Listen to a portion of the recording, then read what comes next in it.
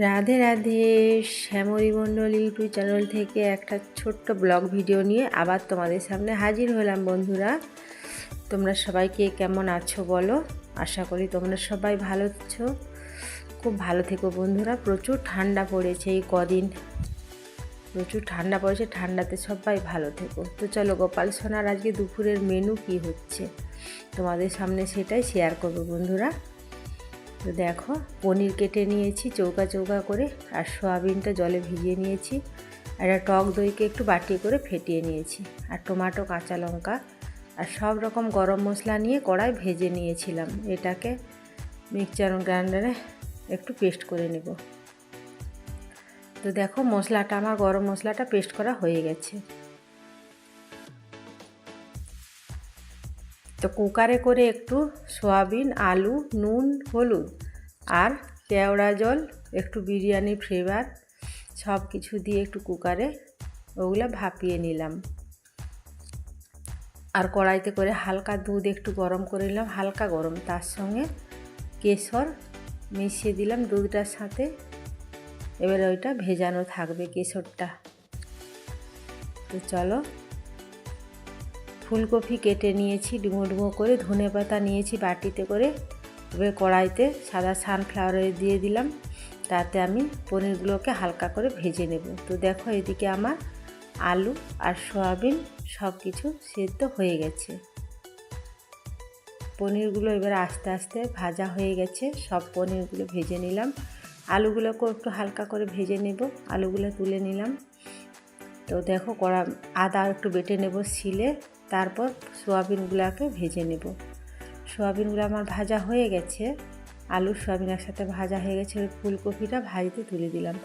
তো আজ আমার ছেলে আমার গোপাল সোনার জন্য ভেজ বিরিয়ানি বানাচ্ছে। দেখো, কড়াইতে আমার আদাটা বাটা হয়ে গেছে শিলে, আর ফুলকপিটাও ভাজা হয়ে গেছে।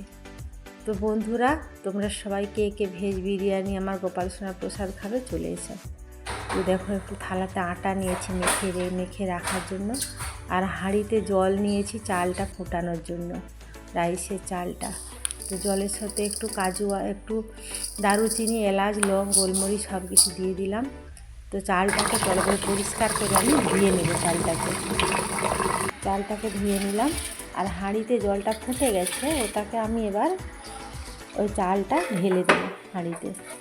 তো ঢেলে দেওয়া হয়ে গেছে, চালটা অনেকটা হয়ে গেছে, নামিয়ে নিয়েছি। আর কড়াইতে দেখো টমেটো, কাঁচা লঙ্কা সব দিয়ে দেওয়া হয়েছে।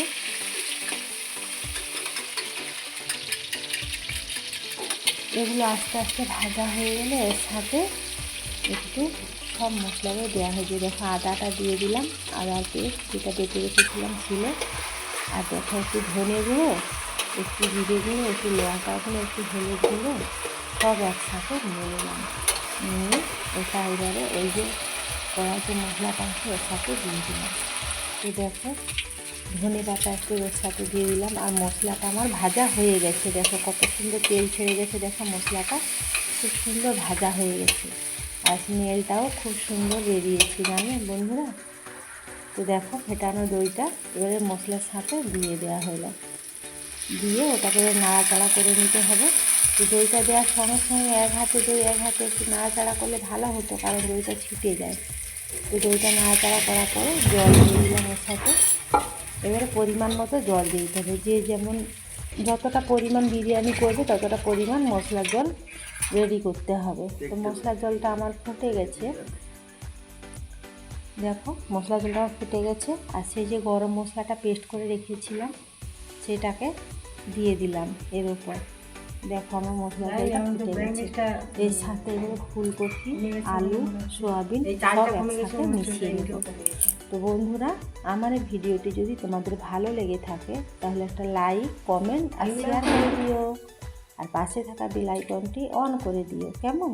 তাহলে আমার প্রতিটি ভিডিও আপলোড করার সঙ্গে সঙ্গে তোমাদের সামনে নোটিফিকেশান চলে যাবে।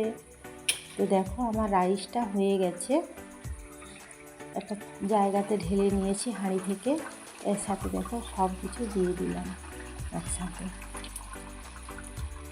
তো বন্ধুরা, ভিডিওটা কেউ স্কিপ করো না, একটু ফুল ওয়াচ করে দেখো, সবাই রান্না করতে জানে, তো আমি তো আমার নিরামিষ করছি আমার গোপাল সোনার জন্য। যদি তোমাদের ভালো লেগে থাকে তোমরা একটু লাইক কমেন্ট শেয়ার করে দিও। আর এইভাবে একটু তোমরা বানিয়ে খেতে পারো, খুব সুন্দর লাগে। ভেজ বিরিয়ানি এরকম নিরামিষ বিরিয়ানি বাড়িতে বানিয়ে দারুণ লাগে। আর দেখো ওই যে কেশর ভেজানো দুধটা ছিল, ওর সাথে একটু গোলাপ জল, তারপর কেওড়া জল,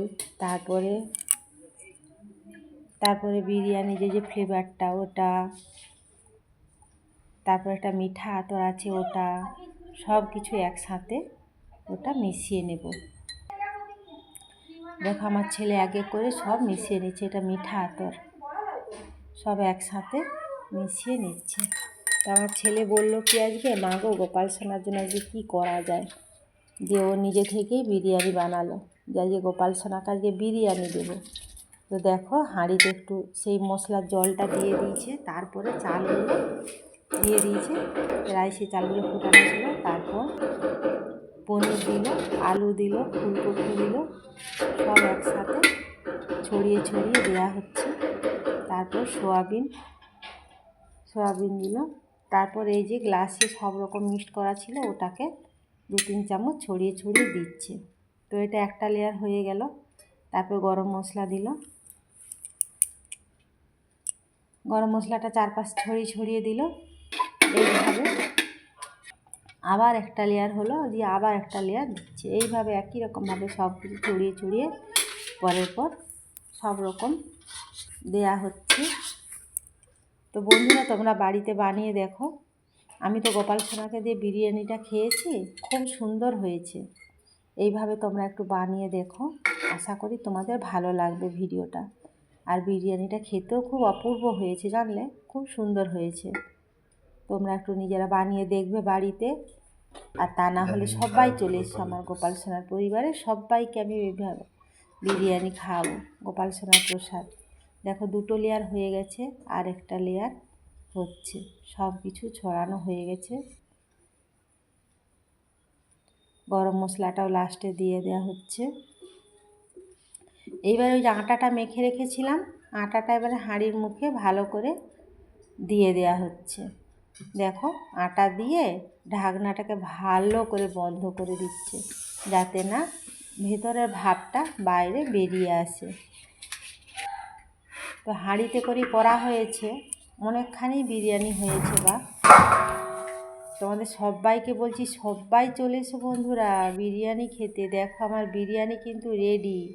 আধা ঘন্টা পরে আবার ফিরে এলাম, এসে দেখলাম যে বিরিয়ানিটা পুরো রেডি।